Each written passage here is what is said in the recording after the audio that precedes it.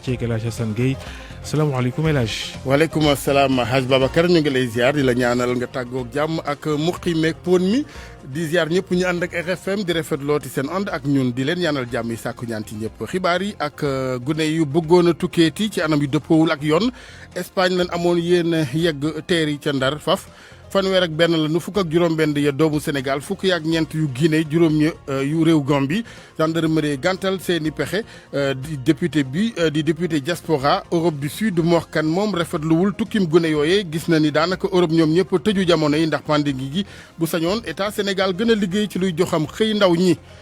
COSAMA consortium sénégalais d'activité maritime di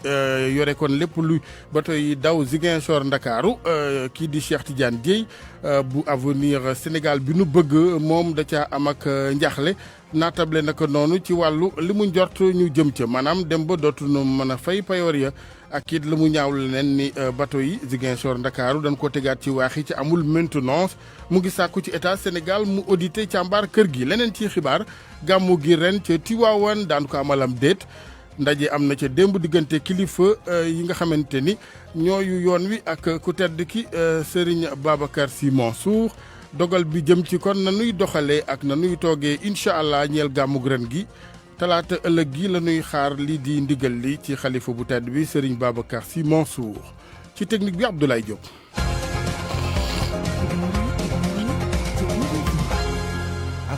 jërë ngeen jëf ci ànd beeg RFM ñu ngi Ndakaaru Médina rue 15 angle Corniche immeuble El Hadj Elimane Ndour ñu tàmbalee xibaar yi ak fanweer ak benn gune yu nu teg loxo ñu amoon yéene tukki ca Espagne ñu teeri ca Ndar ñoom fanweer ak benn ya fukki ak juróom-benn doomu Sénégal fukki ak ñeent yu Guinée juróom ya bu réew Gambie gendarmerie moo gàntal seen i pexe foofee ca Ndar leerali Mouhamed Nabi Silla. lu ëpp fanweer ci ay candidat yu bëggoon a dem ca Espagne jaar ci mbëkk mi ñoom la seen gént gi yam ci Gandiol nekk ci Langue de Barbarie ci wetu village bi di Mouyit ay nit nemmeeku yëngu-yëngu yu tar ci wetu Zebra Bar bile ba tax na ñu daal di koy xamal gendarmerie bi jël ay matuwaayam compagnie gendarmerie bu Ndar egsi ci bërëb bi fekk fi ay matuwaay yoo xam ni ñi doon bëgg yóbbu doomi aadama yooyu ca Espagne jëloon nañ ko mu bokk ci benn gaal bu 20 mètre ak juróom lu mot junne ak juróom benn fukk litre ci essence ak moteur Yamaha bu 60 chevaux lii bokk ci jumtukaay yoo xam ni fanweer ak benn candidat yooyu ak nit ñi leen doon yóbbu jëloon nañ ko mu bokk ci fukki doomi Sénégal ak juróom benn fukk ak ñeenti guinéen yu jóge woon ca Bissau ak Conakry waaye itam juróomi gambien yoo xam ni ñoo ngi ci loxo gendarme yi lee tey jii njortu tegu ci ñi nga xamee ni dañ doon def lu ni mel ak seeni complice yoo xam ni ñoo ngi wéy di leen wër ba léegi démb ba léegi sax ñu gis contrôle bu tàng ci fànn woowu tey enquête bi ñu tijji mi ngi wéy ngir fexe ba ñépp ñoo xam ni seen loxo dafa laale ci ñi doon tëgg mbëkk moomu ñu teg leen loxo RFM ci Ndar Géej Mohamed Nabi Silla. jërëjëf Mouhamed député diaspora bi nga xamante ni moo fare ci Europe du Sud Mor Kane moom la mu ñaawlu mooy li nu nemmeekuwaat jamono yi gune yi jël waax yi ci anam yu dëppoowul ak yoon daanaka la mu leen xelal mooy ñu moytu lu ni mel jaru ko ndax jamono yu Europe Espagne rawatina ñoom ñëpp ñoo daal di tëju ràpp ndax wàllu jàngoro yi mbas mi ci weneen wàll sàkku na ci état Sénégal ñu gënal politique bi jëm ci wàllu joxam xëy ndaw ñi di Sénégal leneen ci xibaar ak RFM COSAMA mooy kër gi yore bateau yi nga xamante ni ñooy daw Ziguinchor Dakar naka noonu safaan bo Cheikh Tidiane Dièye bu plateforme politique bii di avenir bi nu bëgg la mu njort mooy dem ba dootul mën a fay payoor ya kër googe ci weneen wàll it ñaawul na mu ne lañ deful benn nag maintenance ñeel bateau yi laata ñu koy tegaat ci waax yi ñu déglu ko Cheikh Tidiane Dièye ak Lamine Ba. li nga xam ni tey war nañu cee bàyyi xel ci Ziguinchor ak ci réew mi yëpp moo di li nga xam ne moo jëm ci compagnie COSAMA bi nga xam ne moom mooy exploité bateau yi ñëw Ziguinchor ak yéen jàmboon ak Aline Sitoé li ci am dëgg mooy gouvernement bi war na cee bàyyi xel war na cee communiquer te war naa saytu yorin bi nga xam ne moom la ñu yore compagnie bi di COSAMA ndaxte yi ñu ci xam ci information te mu jóge ci wane na ni compagnie bi am na ay jafe-jafe yu rëy yoo xam ne bu ñu ci teelul jóg saafara ko mën naa am jeexital ci non seulement capacité bi muy am ci exploiter liggéey bi waaye itam mën naa affecté bateau bi ndax bateau yi dafa soxla maintenance dafa soxla ñu koy toppatoo di koy saytu te war nañu loolu yëpp di ci bàyyi xel ndax boo ko seetloo fii ci Ziguinchor dañu dund loo xam ne lii ay attaque ci ginnaaw yàggul noonu catastrophe maritime bii ñu fi am mu di bateau le Joola xam nañu ni mooy bi gën a rëy ci àdduna bi donc lépp lu ñu indi pour mu remplacer ko pour mën a dimbali nit ñi kooku war nañu fexe ba muy loo xam ne lii dañ koy saytu tout le temps te nag li ñu seetlu moo di am na ci yorin wi loo xam ne yi sooxe na ci stratégie bi sooxe na ci exploitation bi sooxe na ci gouvernance interne bi te boo koy xool compagnie bi li ñu ci jopp ci information te yëg ko moo di am na ay jafe-jafe ci wàllu xaalis yoo xam ne état bi war na cay jóg ndax nag waruñoo bàyyi ba mbir mi daanu wala mu am ay problème ñuy doog a jóg di wuti ay saafara tey jii la ñu ko war a xam ñun nag léegi wax nañu leen ko xam nañu ni Cosama am na ay problème loolu nag état bi war na cay jóg ñu toppatoo loolu. Cheikh Tidiane Dièye ñu des ak waax yu Sénégal ak xayma gi ñeel at mi nu génn 2019 njaay mi ñeel yaranka gi diwaanu Thiès fukk ci milliards daanaka dugg na ca ministre de la pêche ak économie maritime ko xamle ne it yéene nguur gi jëm ci gën a taxawee nu gën a yaatu boobu secteur ca Mbour Alioune Ndoye woo ñëpp ñu yëngu ci secteur boobee ñu gën a takk li nga xamante ni mooy ndigg ya ngir it gën a daal di relever lépp luy défi ñeel boobee secteur ci wàllu napp mi Abdourahmane Diallo. lu toll ak fukk ak juróomi junni yaranka lañu daal di dugal ci ay ndaa dugal ko ci géej gi li ñu bëgg rek mooy fexe ba nga xam ne yaranka yooyu dinañu màgg ci anam bu jàgg. Alioune Ndoye mooy jóorin bi nga xam ne moom moo yor wàllum napp gi. En 2016, la valeur estimée de la première vente. ci atum 2016 boo xoolee ci région wu Thiès rek yaranka yi tax na ba nguur gi am na lu toll ak juróomi milliards buñ ko xaymaa ci ay tonnes ëpp na ñetti junniy tonnes ci atum 2019 bii ñu génn yaranka yooyu tax na ba Sénégal am fukki milliards buñ ko xaymaa ci tonnes ëpp na ñeenti junniy tonnes loolu rek tax na ba ñu namm aar li nga xam ne moom mooy yaranka yi li ni mel a sooxe ndaje tey bii. Fortement impliqué dans le cadre de la cogestion pour la mise en œuvre de telles initiatives ayant un impact réel dans la conservation des ressources. jóorin bi yor wàllum napp gi di wax ñi nga xam ne ñoom ñoo ci yëngu jafe-jafe yi nga xam ne yenn ci nappin yi am nañ ko li ni mel a tax mu jàpp ni ku ne war na ci dugal loxoom. Il y a lieu de faire preuve d'imagination. tey jii war nañu xoolaat ay coppite bi nga xam ne dina tax ba nappin gi jëm ci anam bu jag pour loolu nag ñëpp war nañ ci mën a dugal seeni loxo Saint-Louis ba Cap Skirring képp ki nga xam ne da ngay yëngu ci wàllum napp gi fexe ñun ñëpp nekk benn ba lépp li nga xam ne jafe-jafe la ñu saafara ko. xew-xew bi nga xam ne dafa jëm ci fexe ba aar yaranka yi ab occasion la woon tamit ngir joxe ay moteur ak ay gilet yenn ci ay nappkat Alioune Ndoye di yokk di xamle ni budget 2020 ak 2021 dinañ ci bàyyi xel xeetu jëfin yi. RFM Mbour Abdourahmane Diallo. jërëjëf Abdourahmane gàmmug ren gi ak nanu ca fas yéene taxawee ñu ngi di may nopp kilifa gu tedd gi Serigne Babacar Sy Mansour xalif général des Tidianes ëllëg ci talaata ji la ci àddu ginnaawam ndaje démb fii ci Ndakaaru ci teewaay ak njiitalam moom kilifa gi ci teewaayu mboolem njabootu Seydi Hadji Malick Sy radiyallahu anhu bokk na ci lan fa jàpp nag taxawaay moytu ay dajaloog yeneen waaye ni nu ko waxee kàddu gu mujj gi ñu ngi koy xaar talaata ci xalifa bu tedd bi Serigne Babacar Sy Mansour. leneen ci xibaar ñeel wàllu xew-xewu jamono kenn ñu ne di jegenaale kilifa diine ca Touba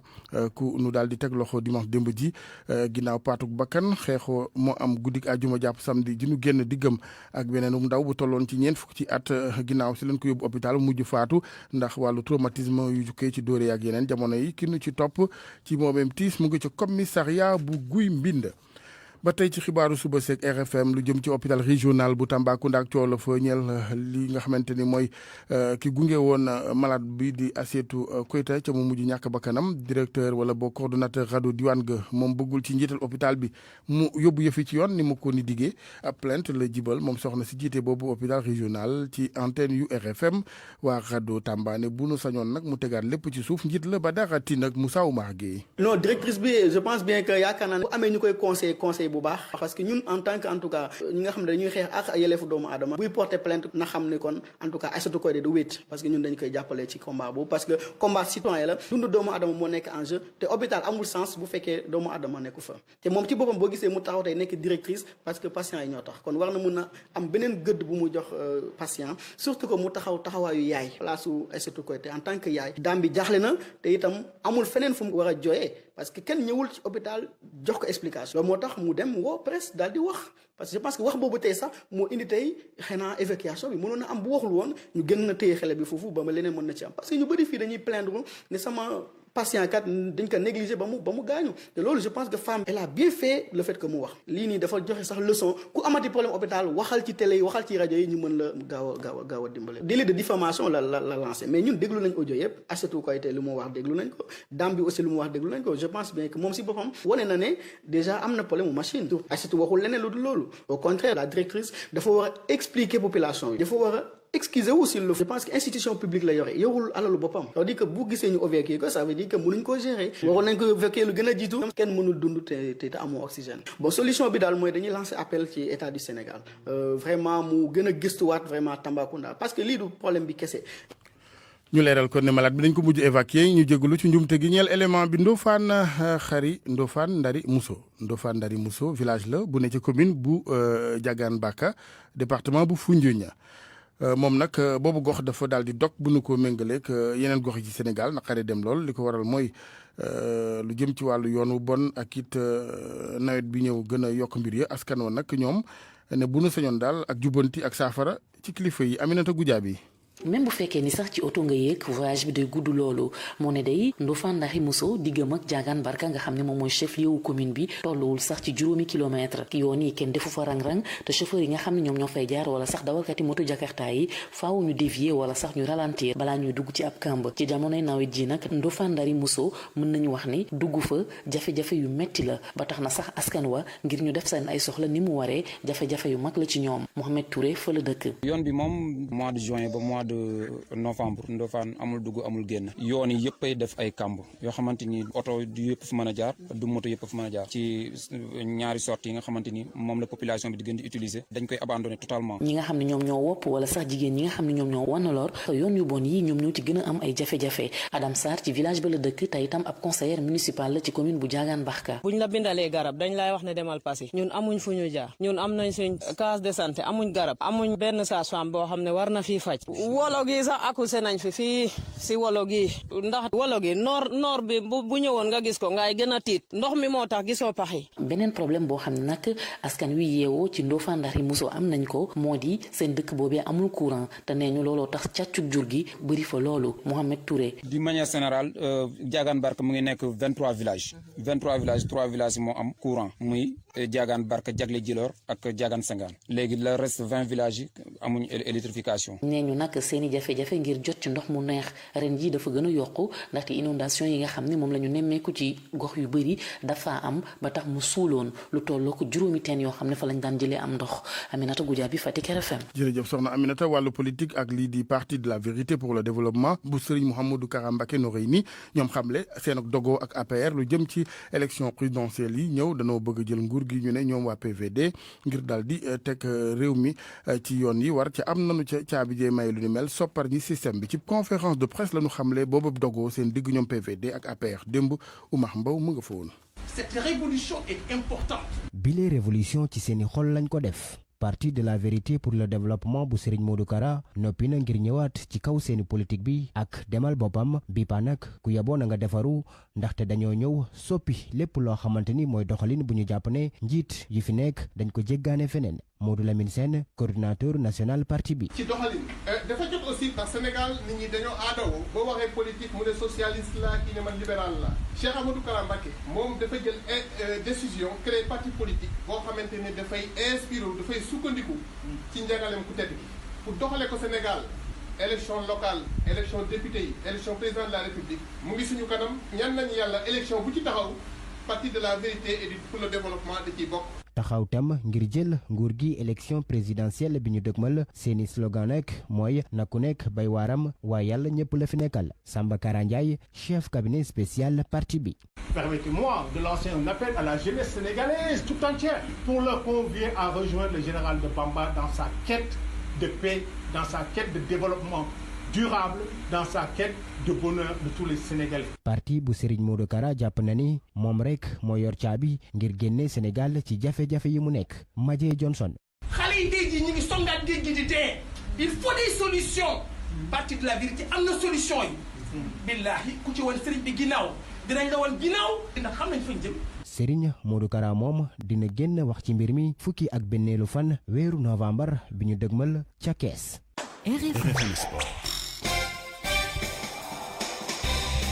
sport geeg Malal Junior Diagne maa ngi lay ziar Malal. maa ngi lay delloo ziar la Jassane. bisimilah. nu tàmbali ak wàllu jongante xarito Sénégal Mauritanie ëllëg lañu ko nama amal ca Thiès waaye liñ ca war a seetlu mooy jongante yi amoon ajuma jële weesu Sénégal jële woon ca jël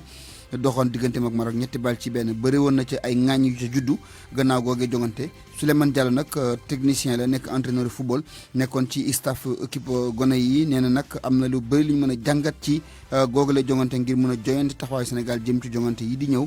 moom jokkoo nag RFM déglu ko.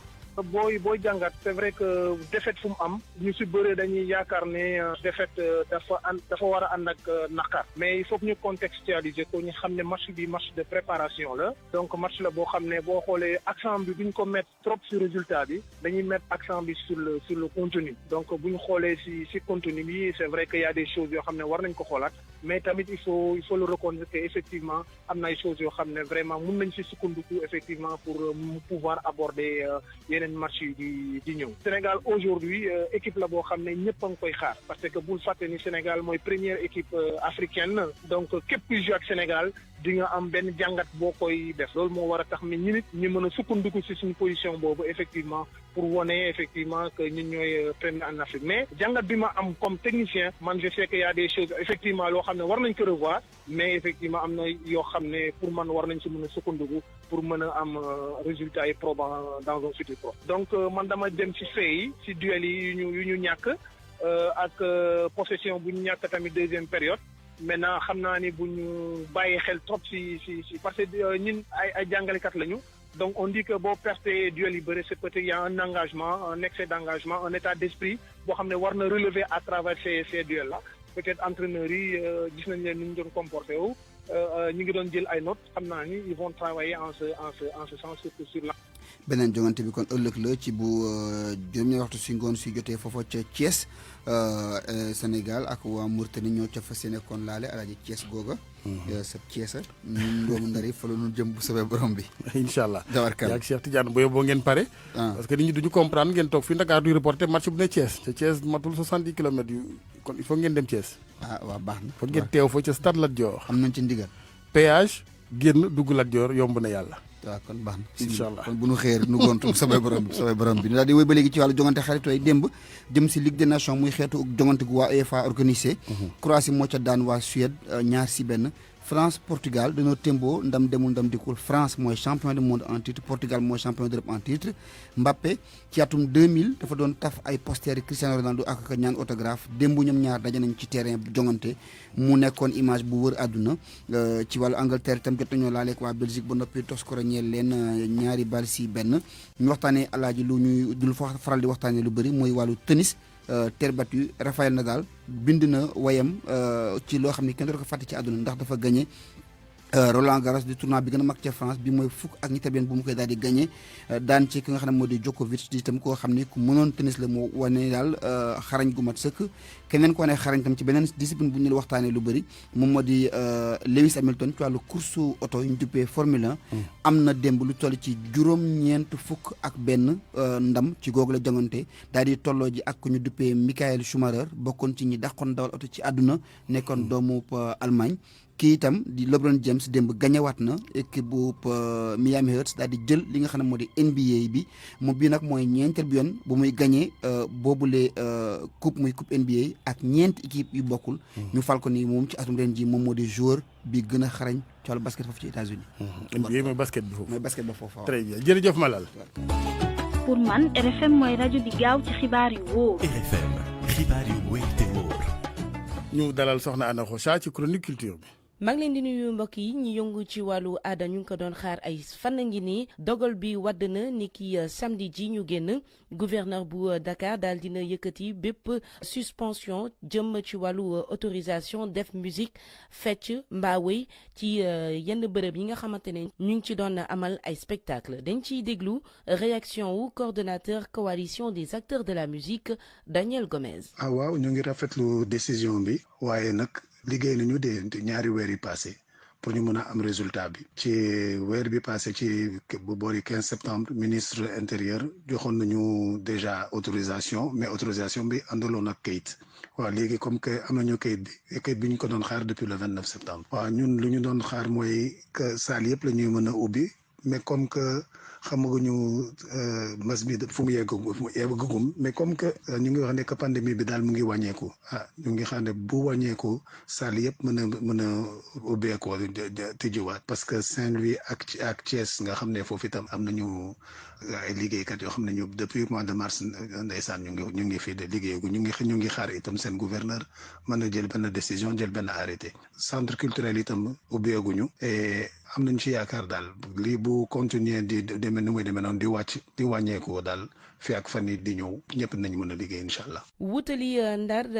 foofee nag ministre de la culture moom moo daal di joxe caabi grande cathédrale bi nga xamante ne dañ ko defaraat jox ko ki di monseigneur Ernest Sambou mooy église bi gën a mag ci Afrique sowu jant Nabi Silla ca Ndar ngir yeneen i leeral. église bu ñu defaraat delloo ko ci anam yi mu meloon gannaaw bañ ko taxawalee ci 1924 moom le ministre de la culture jébbal caabeem évêque bu Ndar Ernest Sambou. président am na programme bu rëy bu ñuy wax de programme de réhabilitation édifices publics yi mu nekk suñu mbokk catholique yi mu nekk jullit yi mu nekk depuis 2013 xam ngeen ne bii bâtiment bi boo xam ne depuis 1824 la amoon mu nekk patrimoine boo xam ne mu nekk si classé si UNESCO. xam ngeen ne Saint-Louis spécificité bu mu am mooy patrimoine la patrimoine bu am solo la que tey décision volonté gouvernement bi mooy ñu jéem a réhabilité yëpp. mbégte wu feeñ ci communauté chrétienne bi ci liggéey bi nga xamee ni Eiffage jot na ko def ci bërëb bi doon lu ñu gërëm Mountaga Sy di directeur bu APIX wax taxawaay goo xam ni am nañ ko ci liggéey bu ni mel. réhabilitation ak rénovation dafa ŋànk nga delloo li nga fi fekkoon nu mu nekkee woon il y a plus de 100 ans on parle de 1827. dañu delloo cathédrale bi ci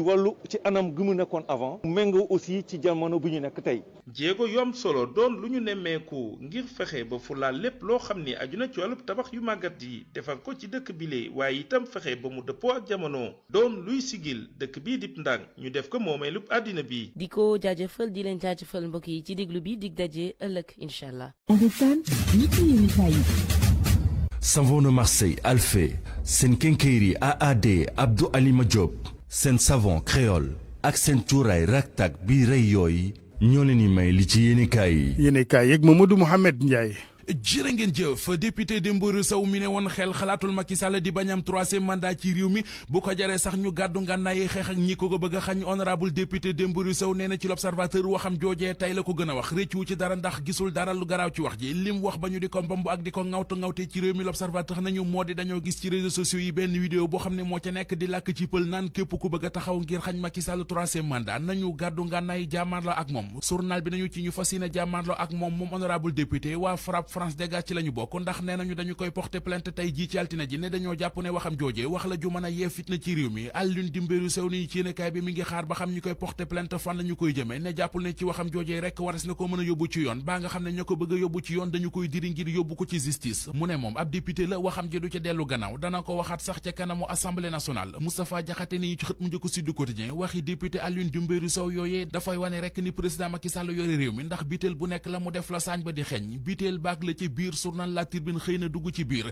ànd APR ak Benno Bokk Yaakaar seenu gouvernance ci la yéenekaay bi xëyee ñi ñu tuddee ay nit yi Macky Sall ñoom lay siiwal maître Augustin Tine la maître Oumar Youm Mahammed Boun Abdallah Dionne Abdoulaye Diouf Sarr Maxime Jean Simon Ndiaye ak Seydou Guèye ñii ñooy ñi nga xam ne jàpp nañu ne bu président Macky Sall doonoon buur ñoom ay ndey ji réew la ñuy doon réew mi ak programme bi ñu fi teg di PUDC source mi ngi ñuy xamal ne milliards yi ñu ci dugal dem na ci ngelaw li koppar ya dem na ci Mali foro nettarawo yi ñu ci doon def yu ca bari baaxul yenn ya dakkal nañu ko matériel ya ñu sàcc genn wàlli installation yi amul benn entretien Cheikh Diop mi coordonnateur bu PUDC source nañu bi ñu ko web téléphone ngir bëggoon a waxtaan ak moom ci tolluwaayu programme PUDC bi waa ji da leen a dugg ba xolam sedd yàq leen musiba ak mbelengaan ak keteme ndax ne la leen lu tax ngeen may woo ci sama téléphone personnel portable ñu ne déet na waaye ngeen may woo bésub dimanche altine tey ji Walfadjri xëy na coon ak yaakaar ju yàgg jot yenn ci sinistré yi ca Kër Massar ñoo ngi koy dund ci ñoom sinistré yi nekk ci site de recasement yu Kër Massar am na ci ñoom ñu journal Walfadjri demoon seeti ba ñu xamal leen ne ndimbali président Macky Sall digg woon moo di koppar yu ñu leen waroon a yónnee ba léegi ñoo ngi toog di xaar gisaguñu dara am na sax ñenn ci ñoom ñuy njoxtu na yëf yi dafa amuk jalgati ne délégué de quartier yu njublang ñoo bind ci li sut ñu war a dimbali ñoo xam ne seen yoon nekkul ci ndimbal yi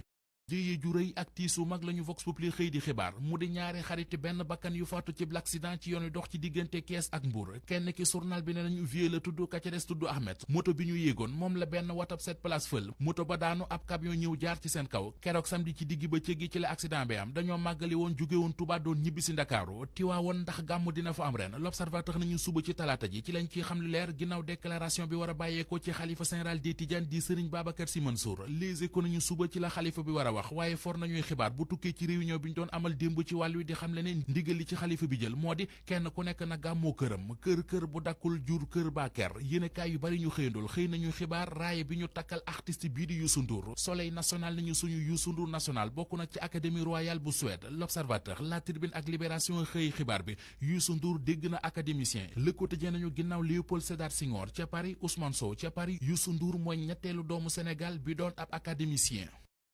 Savon de Marseille Alphé seen kenkeyri AAD Abdou Alima Diop seen savon créole ak seen cuuraay raktak bi rëy yooyu ñoo leen doon may li ci yéenekaay yi. jërëjëf Mamadou Mohamed ñu ngi leen di gërëm mbokk yi xibaar yi la woon ak RFM ay